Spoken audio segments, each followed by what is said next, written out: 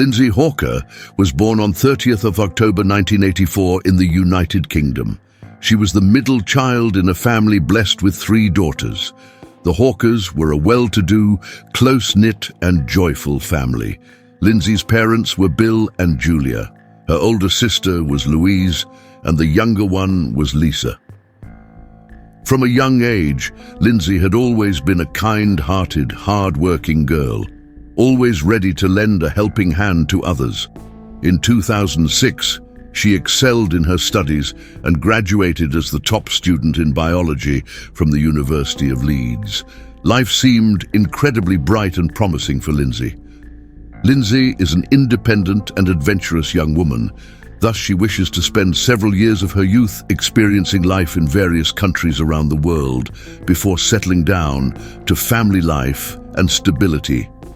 Consequently, after graduating from university, Lindsay has decided to move to Japan to teach English. Her boyfriend Ryan also plans to join her there a year later. A year on, Lindsay easily secured a position at Koiwa School in Tokyo, one of the biggest private schools in Japan. It appeared that Lindsay quickly adapted to her new life.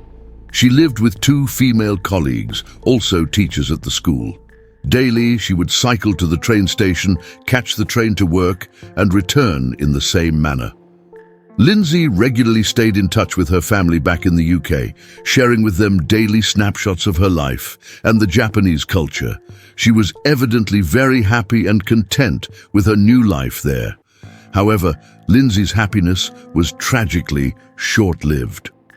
On the morning of 25th of March 2007, Lindsay said goodbye to her roommates and left the house with her teaching materials and bag, but she never returned. On the afternoon of 26th March, Lindsay's parents received a distressing call from school staff reporting Lindsay hadn't shown up for work for 2 consecutive days. It turned out her roommates had already contacted the police the previous night when Lindsay failed to return home, but for some unspecified reason, an investigation had not yet been initiated. The news sent the Hawker family into a state of panic. Lindsay's father hastily booked the earliest flight to Tokyo and got in touch with Ryan, Lindsay's boyfriend. Shocked by the news, Ryan was immediately reminded of the story Lindsay had shared with him 6 days earlier, on 20th March 2007. That day, as Lindsay was heading home by train, an unfamiliar man approached her, claiming to be one of her students. However, Lindsay, who remembered her students well, was sure this man was not one of them. Nevertheless, she courteously greeted him and looked away. For some reason, the man made her feel uneasy. She got off the train and cycled home as usual. But upon nearing her house, she accidentally looked back and realized the man was right behind her. The man caught up and explained he was planning to study abroad and wished to improve his English, asking if Lindsay could provide some private tutoring sessions. Despite feeling unnerved, Lindsay tried to stay calm, thinking maybe she was overreacting and perhaps he was merely a student seeking extra English lessons. By the time they reached Lindsay's apartment, the man claimed he was extremely thirsty and asked if he could come in for a drink of water and discuss the tutoring schedule. Lindsay hesitated, but knowing her roommates were home, she invited him in. After briefly greeting Lindsay's roommates, the man sat down with Lindsay in the living room. She agreed to teach him English at a cafe, considering it a safe public place for their sessions. While conversing, the man sketched a portrait of Lindsay and wrote down his name, phone number, and email address. This man was Tatsuya Ichihashi. Their first English lesson was scheduled for the 25th of March 2007 at a cafe near the train station. The previous day, Lindsay had messaged her boyfriend back in the UK, telling him not to worry about the man who had followed her home, describing him merely as an oddball. They were to meet in a cafe, so she reassured him everything would be fine. Tragically, Lindsay was terribly mistaken. After receiving information, the police reviewed the cafe's security footage and easily spotted Lindsay accompanying Ichihashi into the establishment. Lindsay appeared anxious and fidgety, continually touching her hair. The two were observed studying together for about 50 minutes, during which Ichihashi seemed to be rummaging through various bags without finding what he was looking for. Around 10 a.m., they left and jointly hailed a taxi. By this time, the police had determined that Ichihashi was the last person seen with Lindsay. At 8 p.m. on March 26th, 9 officers arrived at Ichihashi's apartment. Splitting into 2 groups, one remained on the ground floor while the other ascended to his 4th floor unit. However, upon opening the door, Ichihashi, to the police's astonishment, bolted from his apartment and slipped through their cordon. Barefoot and carrying a backpack, he sped down the emergency exit, eluding the officers. His swift escape meant that those on the 4th floor couldn't alert their colleagues below in time, allowing him to once again evade the waiting police by sprinting through the winding streets. Upon examining Ichihashi's apartment, the scene was chaotic, with women's belongings scattered throughout. A purse belonging to Lindsay was discovered in a corner, but that was not the worst of it. Stepping onto the balcony, the police uncovered a horrific sight. Ichihashi had moved a bathtub outside, filled with soil and sand, from which a small pale hand protruded. It was Lindsay Hawker's corpse. Her naked body was removed from the bathtub, her mouth gagged with a scarf, and her limbs tightly bound with garden twine. Severe bruises covered her body, evidence of a prolonged, savage attack. A large, egg-sized bruise on her left cheek indicated repeated punches to the face, while other injuries suggested she had been kicked and fallen against furniture. Lindsay had been strangled to such an extent that her neck cartilage was crushed, her head was shaved, and her hair was found in a plastic bag. At 3 a.m. on March 27th, Lindsay's parents received the most dreadful news imaginable. Their daughter's body had been found. The police then looked into Ichihashi's background. A 28-year-old living alone in a 3-bedroom apartment in Uchiba. On the outskirts of Tokyo, his affluent parents, a dentist mother, and a surgeon father had purchased the apartment for him. Despite their success, Ichihashi was a disappointment, never securing a stable job and still dependent on his parents' monthly allowance at 28. He lived in solitude, with a penchant for violent manga, and had previous arrests for stalking and assaulting women. At the time of the incident, Ichihashi had a long-distance girlfriend, meeting her only a few times a month.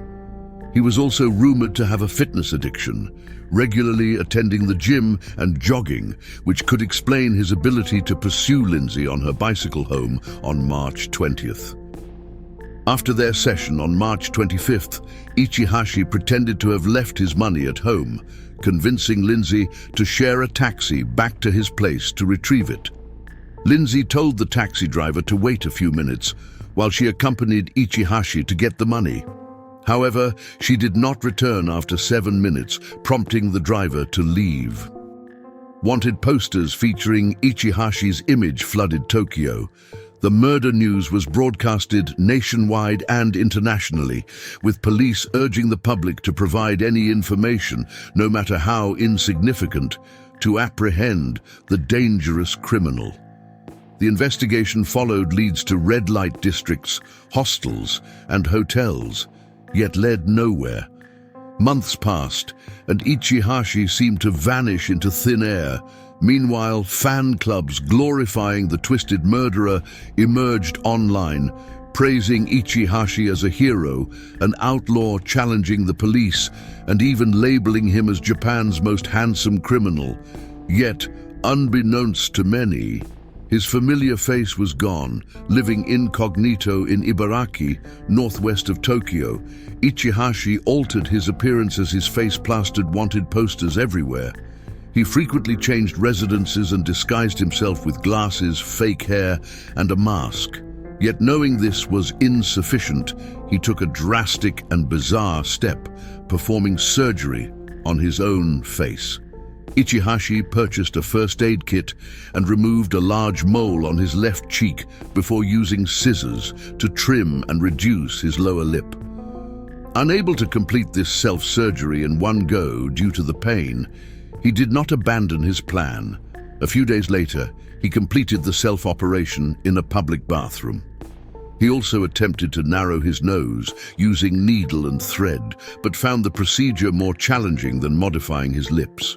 Realizing he needed professional help, he planned to undergo a legitimate cosmetic surgery, but this required funds. Using the name, age, and address of a deceased man, he secured a job as a construction laborer in Osaka. Though Ichihashi's co-workers found him odd, they never suspected anything. While police were searching everywhere, Ichihashi worked steadily at the construction company for 13 months, saving approximately 1,000 yen. Eventually, he had enough money for a nose job, aiming for a longer and higher nose. The surgery was successful, yet Ichihashi remained unsatisfied, desiring a complete facial reconstruction. 2 years after the incident, on October 24, 2009, Ichihashi visited a cosmetic clinic in Nagoya for lip surgery and eyelid correction. While completing the paperwork, the clinic's staff noticed a large scar on his cheek from where he had removed the mole. Suspicion arose when Ichihashi agreed to have his photo taken for before and after comparisons. The clinic staff recognized him as the national fugitive and immediately contacted the police. However, sensing their suspicion, Ichihashi abruptly quit his job and fled to Okinawa.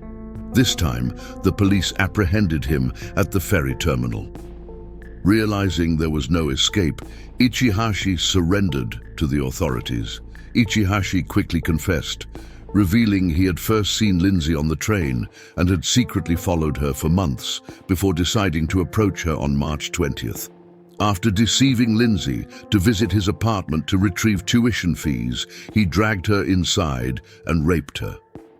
Despite Lindsay's fierce resistance, she could not escape a tragic and painful fate. On July 11, 2011, Ichihashi was sentenced to life imprisonment. While incarcerated, he wrote a book titled Until I Was Arrested, detailing the 2 years he spent evading the police and the extremes he went to in order to alter his appearance. The book sold over 100,000 copies, and Ichihashi expressed a wish to donate the proceeds to Lindsay's family, but they declined. The Hawker family stated they were grateful that the case was closed and justice served, but Lindsay was gone forever. After such loss and pain, all that remained was a hope for Lindsay's soul to find peace. Thanks for watching.